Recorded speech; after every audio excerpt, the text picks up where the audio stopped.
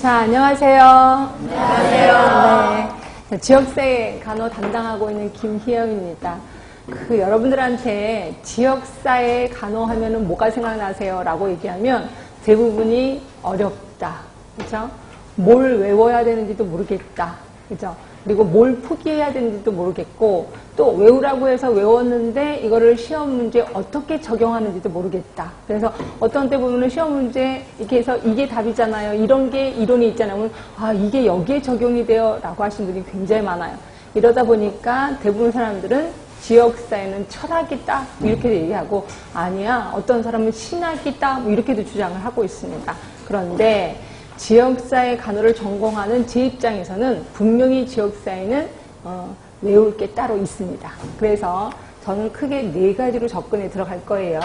자, 하나는 반드시 외워야 될 게 있습니다. 반드시 외워야 되는 거. 이걸 외워야, 이걸 암기해야 그 다음에 국시로 들어가셔야 돼. 근데 이거를 외우지도 않고 국시에 들어갔다. 그럼 당연히 떨어질 수밖에 없는 거죠. 그럼 이걸 반드시 외울 걸 다 외우면 어떻게 되느냐? 50% 정도는 맞을 수가 있을 거예요. 그래서 저는 이론 부분 우리 2달 하는데 2달 내내 이거를 제가 계속 부각을 실 겁니다. 그래서 어떻게 할 거냐면, 일단 제가 수업을 50분하고 10분 쉴 건데 50분, 한 45분 정도 하고 45분, 한 40분 정도 이론을 하고요. 그 다음에 제가 오늘 나눠드릴 유인물이 있을 거예요. 유인물을 보시면 가로놓기가 되어 있을 거예요. 근데 가로놓기에는 바로 가로에다 답을 쓰지 마세요. 왜냐하면 이걸 가로 안에 답을 쓰면 이게 일회용밖에 안 돼요. 그래서 다른 포스트잇에다 답을 쓰셔서 그 다음에 지나다니면서 길거리 다니면서 이걸 들고 다니면서 쭉 머릿속에 생각하는 거예요. 그죠? 그래서 항상 공부는 책상에 앉아서 하는 게 아니라 동량 공부, 지나다니면서 하는 겁니다. 이래야 머릿속에 좀 많이 암기가 되거든요. 그래서 요거를 하시고, 그 다음에 그 뒤에 보시면, 우리 책에도 보시면, 책에 몇 쪽이냐면 19쪽인가요? 필수 문제가 있어요. 자, 필수 문제 보이시죠?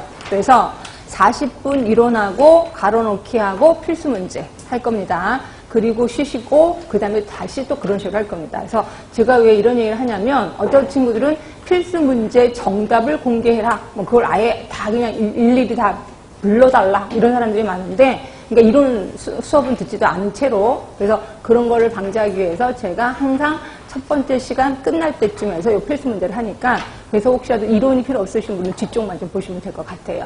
그런 식으로 해서 제가 반드시 외워야 될 거는 이렇게 해서 반복하겠습니다. 그리고 다음 주에 오시면, 여러분들이 이거 이제 완벽하게 외우셨을 거야. 그래서 다음 주에 오시면 또 쪽지 시험이 기다리고 있을 겁니다. 이런 식으로 해서 반드시 외워야 될 거는 3번 반복하겠습니다. 그러니까 3번 반복하는 과정에서 이게 이제 그 상식처럼 외울 수 있게끔 그렇게 접근해 들어가겠습니다. 자, 그러면 이제 2번째는 그러니까 암기해야 되기는 암기해야 되는데 그 양이 너무 방대한 게 있습니다. 방대한 양. 그래서 제가 봐도 이거 못 외우겠는데 라고 하는 것들이 좀 있습니다. 이런 것들은 솔직히 제가 외우라는 말을 참아 못하겠습니다. 제 양심상. 그래서 이런 것들은 외우시진 않으시되 그럼 그냥 포기할까요? 그건 아니고요. 이거는 눈도장이라도 좀 찍어두세요. 눈도장.